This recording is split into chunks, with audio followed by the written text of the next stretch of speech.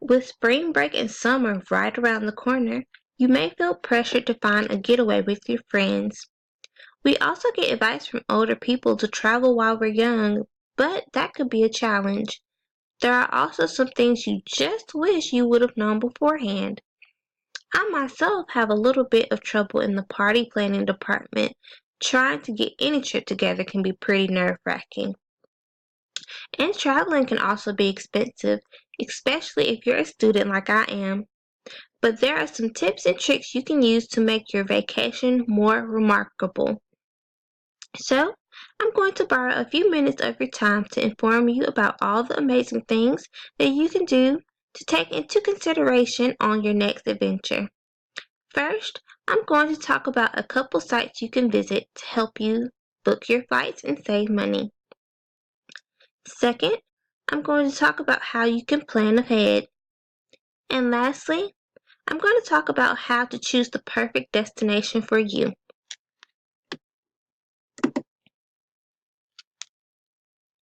Certain travel sites can keep you in the loop of travel trends, resulting in you getting the cheapest flights and hotels. According to travel.usnews.com, there are multiple ways to get to your destination without breaking the bank.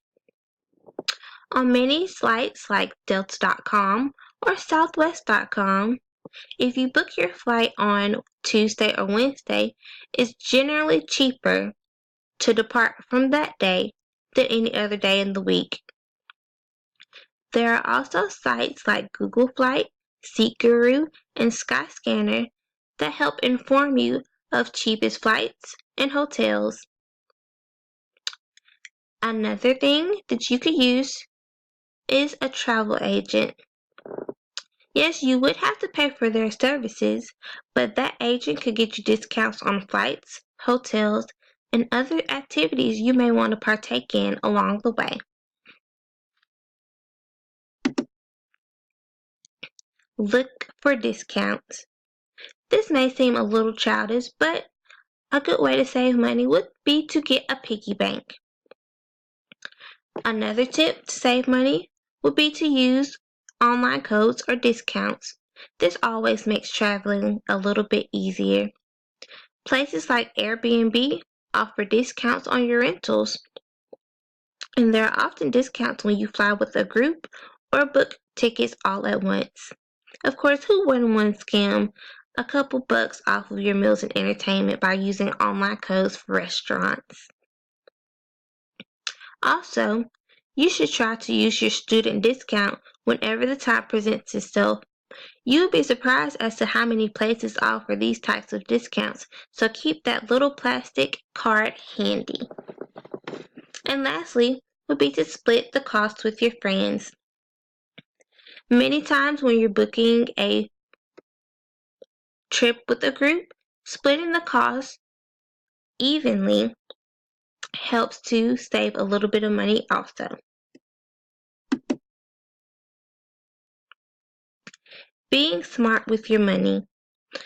TheBlondeAbroad.com makes a very important travel tip. This somewhat ties into picking a destination.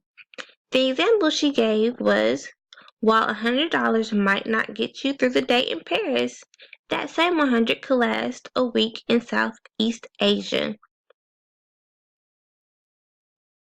Exploring.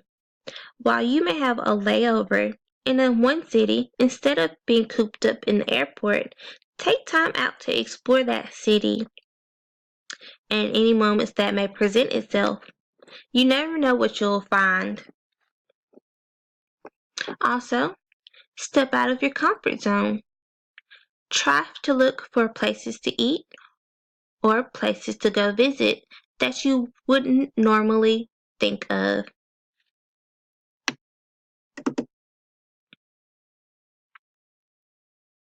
Finding your ideal location. HuffPost.com makes a great point as a travel tip that you should utilize the off-peak season. In some destinations, it would be more beneficial to plan a trip when it would seem that that destination has died down from its tourist season. This will allow for cheaper travel and also a more personal and enjoyable experience. Volunteering or study programs. Some schools offer volunteer programs. One way to take some time off would be to offer your time to a program who needs help. An example of this would be going to a different country and helping build houses or schools for the less unfortunate. Take advantage of excursions. This is also about stepping outside of your comfort zone. Do things that you normally wouldn't do. It'll make for a more memorable trip. Lastly, making a Pinterest board. I find personally that I'm a visual learner, so it's better for me to visualize while I plan out a trip than to just write it all down.